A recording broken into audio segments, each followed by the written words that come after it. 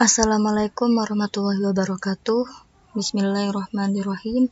Perkenalkan, kami mahasiswa UIN Sunan Kalijaga jurusan PAI dari kelompok 3 pada mata kuliah Pendidikan Multikultural yang berakutakan saya Desti Asmariani dan Zia Ulinuha Mujtaba akan mempresentasikan materi yang berjudul Model Pendidikan pada Masyarakat Multikultur.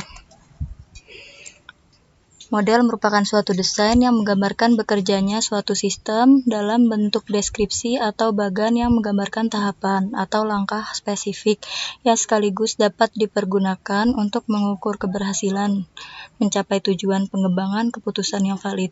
Karenanya, keabsahan suatu model dapat dipertanggungjawabkan baik secara teori maupun prosedur ilmiah. Dengan demikian, model pendidikan agama pada masyarakat multikultur adalah suatu sistem yang berisi berbagai komponen pendidikan yang bekerja secara terpisah tapi terpadu serta langkah-langkah dalam melaksanakan pendidikan agama pada masyarakat multikultur. Pendidikan agama pada masyarakat multikultur diharapkan dapat menolong peserta didik menjadi lebih sadar terhadap ajaran agama mereka sendiri dan sadar terhadap adanya realitas ajaran agama lain. Kedua, menolong peserta didik mengembangkan pemahaman dan apresiasi terhadap agama orang lain. Ketiga, mendorong peserta didik untuk berpartisipasi dalam kegiatan sosial yang di dalamnya terlibat berbagai penganut agama yang berbeda. Yang terakhir, menolong peserta didik mengembangkan seluruh potensi mereka termasuk potensi keberagaman. Asumsi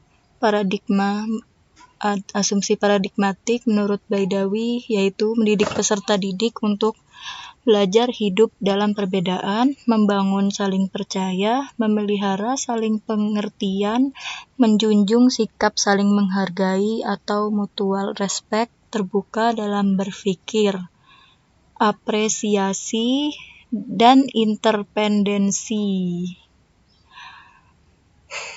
dan resolusi konflik dan rekonsiliasi non-kekerasan. Pendidikan agama berbasis multikultural menurut Baidawi. Gerakan pembaruan dan inovasi pendidikan agama dalam rangka menanamkan kesadaran akan pentingnya hidup bersama dalam keberagaman dan perbedaan agama dengan spirit kesetaraan, kesederajatan, saling percaya, saling memahami, dan menghargai bersamaan perbedaan keunikan agama terjalin dalam suatu relasi dan independensi dalam situasi saling mendengar dan menerima perbedaan perspektif agama dalam satu dan lain masalah dengan pikiran terbuka untuk menemukan jalan terbaik mengatasi konflik antar agama dan menciptakan perdamaian melalui sarana pengampunan dan tindakan non-kekerasan. Materi yang perlu ditekankan yaitu materi kasih sayang, persaudaraan, perdamaian, dan maslahat. Maslahat ini ada 5. Pertama, menjaga agama, lalu menjaga jiwa, menjaga nalar atau akal, menjaga keturunan, dan menjaga harta. Ya, selanjutnya bisa menggunakan cara yang dapat dilakukan menurut Syamsul Ma'arif. Yang pertama, dapat menggunakan pendekatan tafsir mukarram. Lalu ada dialog antar agama.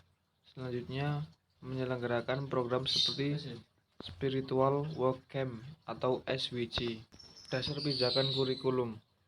Dasar pijakan kurikulum diajarkan kepada siswa bahwa manusia itu beragam. Setiap manusia harus tampil hidup bersama dalam kultur yang beragam. Dididik agar mampu hidup bersama dalam perbedaan. Maka perlu merujuk pada beberapa surat, yakni surat Al-Imran ayat 64, Al-Hujurat ayat 13, dan surat Yusuf ayat 67. Selanjutnya, dididik agar peserta didik memiliki sikap mempercayai orang lain, tidak mencurigai, dan tidak berprasangka buruk. Pendidik bisa memperkenalkan ayat yang sesuai seperti surat Al-Hujurat ayat 15. Dan selanjutnya, dididik agar peserta didik itu memiliki sikap menghargai orang lain, memahami, bukan selalu berarti menyetujui. Di pihak lain, memahami selalu berarti menghargai. Pendidik bisa memperkenalkan ayat yang sesuai seperti Al-Hujurat ayat 13.